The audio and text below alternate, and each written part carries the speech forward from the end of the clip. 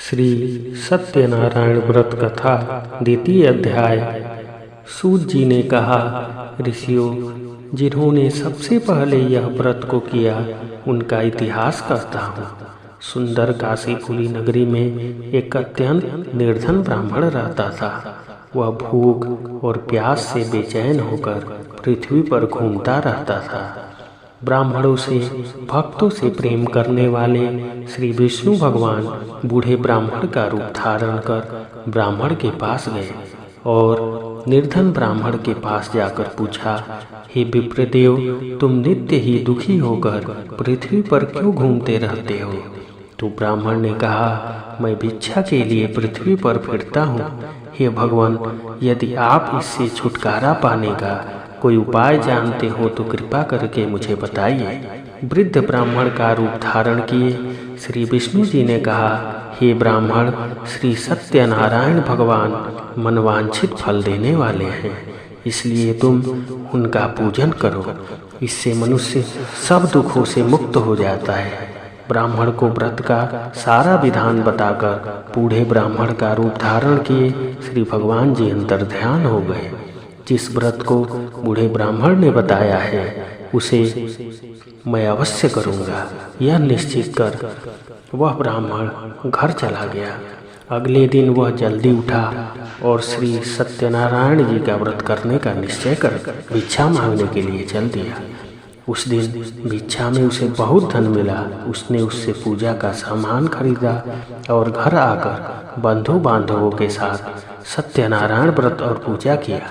इसके बाद वह ब्राह्मण सभी दुखों से छूटकर अनेक प्रकार की सुख संपत्तियों से युक्त हुआ। तभी से वह विप्र हर मास सत्यनारायण व्रत करने लगा। इसी प्रकार जो भी शास्त्र विधि के अनुसार श्री सत्यनारायण जी का पूजन व्रत करेगा वह पापों से छूटकर मोक्ष को प्राप्त होगा। आगे भी जो मनुष्य पृथ्वी पर श्री सत्यनारायण जी का व्रत पूजन करेगा वह सभी दुखों से मुक्त हो जाएगा। इस तरह नारद जी से सत्यनारायण भगवान का कहा हुआ व्रत मैंने आपसे कहा।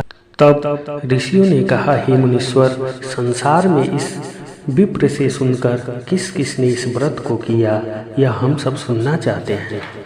श्री सूत जी ने कहा, हे मुनियों, जिस जिस प्राणी ने इस व्रत को किया है उन सब की कथा सुनो। एक समय वह ब्राह्मण धन और ऐश्वर्य के अनुसार बंधु बांधवों के साथ व्रत पूजन कर रहा था। उसी समय एक लकड़हारा आया। उसने लकड़ियाँ बाहर रख दी और विप्र के घर में चला गया। प्यास से व्याकुल लकड़हारे ने विप्र को व्रत करते हुए देखा। वह प्यास को भूल गया। उसने विप्र को नमस्कार किया और पूछा, हे विप्र, आप यह किसका पूजन कर रहे हैं?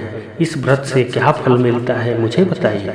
ब्राह्मण ने कहा, सब मनोकामनाओं को पूरा करने वाला यह श्री सत्यनारायण जी का व्रत है। इनकी ही कृपा से मेरे यहाँ धन धान्य आदि की वृद्धि हुई है। विप्र से इस व्रत के बारे में जानकर वह लकड़हारा बहुत प्रसन्न हुआ। भगवान का चरणामृत ले और भोजन करने के बाद वह अपने घर को चला गया। अगले दिन लकड़हारे ने अपने मन में संकल्प किया कि आज ग्राम में लकड़ी बेचने से जो धन मिलेगा उसी से भगवान सत्यनारायण जी का उत्तम व्रत करूंगा। मन में ऐसा विचार कर लकड़हारा लकड़ियों को अपने सिर पर रखकर जिस नगर में धनवान लोग रहते थे वहां गया। उस दिन उन लकड़ियों के चौगुने दाम मिले। वह बूढ़ा लकड़हारा बहुत प्रसन्न होकर पके केले, शक्कर, शहद, घी, दूध, दही और गेहूं का चूर्ण इत्यादि श्री सत्यनारायण भगवान के व्रत के सभी सामग्री लेकर अपने घर आया और अपने बंधु बांधवों को बुलाकर विधि विधान के साथ भगवान का पूजा और व्रत किया। इस व्रत से वह लकड़हारा धन, जन, पुत्र आदि से युक्त होकर और संसार के समस्त सुख होकर मरने के बाद प्रभु के धाम वैकुंठ धाम चला गया। इति स्कंद पुराणे रेवाखंडे सत्यनारायण व्रत कथायाम द्वितीयोध्याय संपूर्णम। श्री सत्यनारायण भगवान की जय। आशा करते हैं दोस्तों हमारा यह वीडियो आपको जरूर पसंद आया होगा। अगर हमारा वीडियो आपको पसंद आता है वीडियो को लाइक कर दें और चैनल को भी जरूर सब्सक्राइब करें। धन्यवाद, नमस्कार, राधे राधे, जय श्री राम, हर हर महादेव।